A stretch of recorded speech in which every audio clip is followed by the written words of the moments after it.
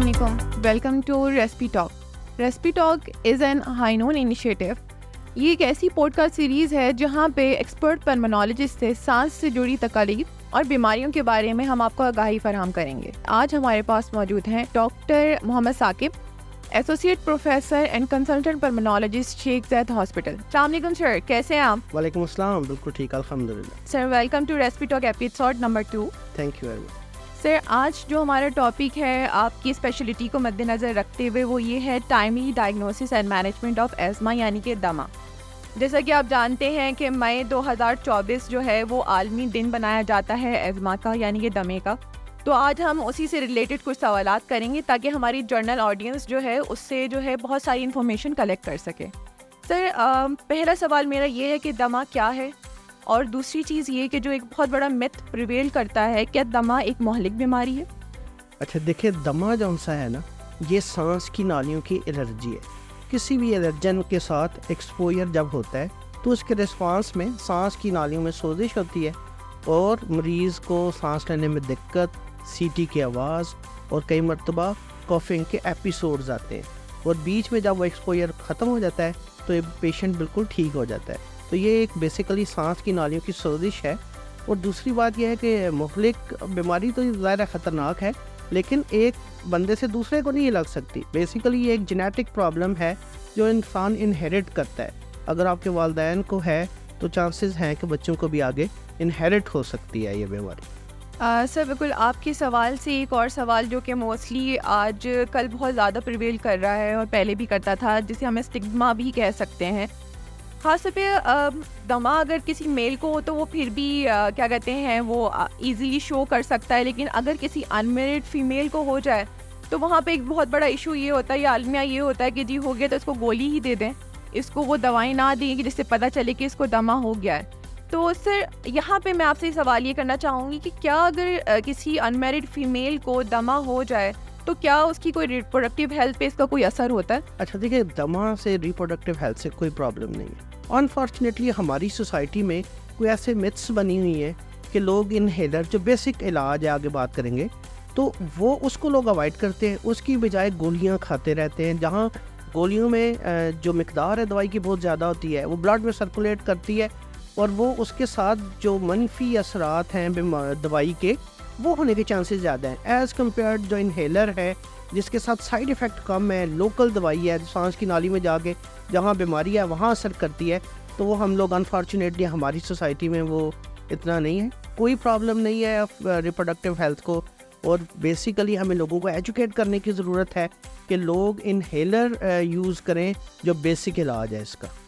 बिल्कुल सही सर। जैसे कि 2024 की अगर हम थीम भी देखें जो एज़मा की WHO ने दी है, वो है भी यही ना कि एज़मा के हिसाब से जो है ना क्या कहते हैं उसको अवेयर करें और एम्पावर करें। तो आज आपने अपने आंसर में भी ये बता दिया कि हमें एम्पावर करने की ज़रूरत है, एजुकेट करने की ज़रूरत है। सर इसी से रिलेटेड एक सवाल आपसे पूछना चाहूँगी। आपने एक लफ्ज़ यूज़ किया इनहेलर, तो सर इनहेलर कितने तरह के होते हैं और उससे पहले इनहेलर है क्या?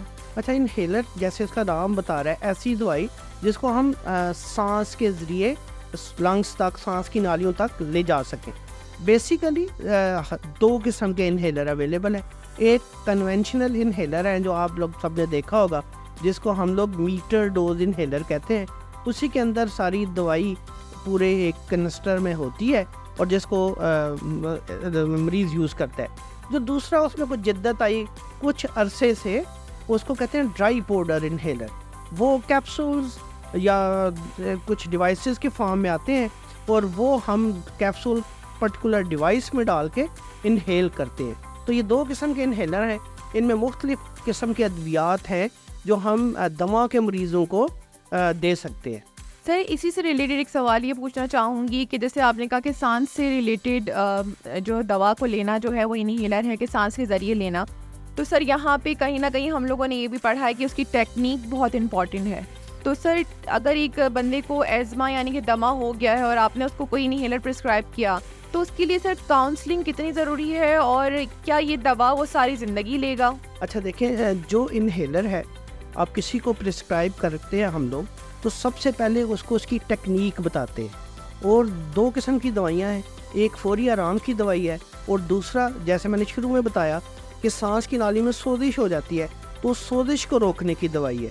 तो पेशेंट को एजुकेट करना ज़रूरी होता है कि भाई 2 किस्म की दवाई है, एक ऐसी है जो आपने लगातार लेनी है और दूसरी ऐसी है कि जब आपको कोई बीच में अटैक आ गया, एपिसोड आ गया, तो आप एक्स्ट्रा ले सकते हैं। एजुकेट करना ज़रूरी है। और दूसरी बात आपने ये पूछा कि भाई क्या सारी ज़िंदगी लेना, ऐसा नहीं है। शुरू में हम दवाई प्रिस्क्राइब करते हैं पेशेंट को, फिर उसको गाइड करते हैं कि जिन चीज़ों की वजह से आपको एज़मा हो रहा है उनको अवॉइड करने की कोशिश करें। कोई एलर्जन है उसको बचाए, कोई खाना पीना है, वो चीज़ जिसके साथ सिम्टम्स ट्रिगर होते हैं उनको अवॉइड करें। 3 माह के बाद हम पेशेंट को दोबारा असेस करते हैं और ट्रीटमेंट को कम या ज़्यादा करते हैं। अगर पेशेंट ठीक हो रहा है तो हम एक स्टेप नीचे चल जाते हैं, फिर मज़ीद उसको 2-3 माह के बाद दोबारा असेस करते हैं। तो सिमिलरली उसका जो इन्हेलर है, ज़रूरी नहीं कि सारी ज़िंदगी लेना पड़े। जो ट्रिगर्स की आपने बात की, वो कितने तरह के ट्रिगर्स होते हैं और बेसिकली ये ट्रिगर्स करते क्या हैं? अच्छा देखें, बेसिकली ट्रिगर्स मल्टीपल है। आउटडोर हो सकते हैं, इनडोर हो सकते हैं, खाने की चीज़ें हो सकती हैं। मतलब एक बंदा है जिसको मिट्टी, धूल, धुएँ से हो जाता है। कोई लोग ऐसे हैं जिनको परफ्यूम से, डिफरेंट किस्म के फ्रेगरेंसेस से हो सकता है। कई मरतबा घर में सफाई करने से ख़वातीन कबर्ड्स वगैरह खोलती हैं तो उससे कोई डस्ट वगैरह निकलती है। तो ये सारे वो चीज़ें हैं जो इन्फ्लेमेटरी रिएक्शन प्रोड्यूस करते हैं ससेप्टेबल इंडिविजुअल्स में। सब में नहीं, वो लोग जो इसको प्रोन होते हैं वहाँ उनके जिस्म में वो इन्फ्लेमेटरी रिएक्शन आता है, जिसके रिस्पांस में सांस की नालियाँ जो उनसे वो तंग हो जाती हैं और पेशेंट को कफ, वीजिंग और चेस्ट टाइटनेस के सिम्टम्स आ जाते हैं। बिल्कुल सही सर। एक बहुत इंपॉर्टेंट सवाल जो कि अवेयरनेस के लिए बहुत ज़रूरी है कि अगर किसी पेशेंट को चेस्ट टाइटनेस फील हो रही है, सांस लेने में दुश्वारी हो रही है और सीटी वाली आवाज़ जो आपने बताया प्रीवियस अपने उसमें, तो वो कहाँ पर जाए, कौन सा राइट जो है डॉक्टर उसके लिए है और किस तरह से उसको जाना चाहिए? जो राइट डॉक्टर है वो तो पल्मोनोलॉजिस्ट है, फेफड़ों का डॉक्टर। जहाँ नहीं अवेलेबल, सिंपल फिजिशियन के पास जा सकते हैं और वो जाके अपना अलामात बताएंगे।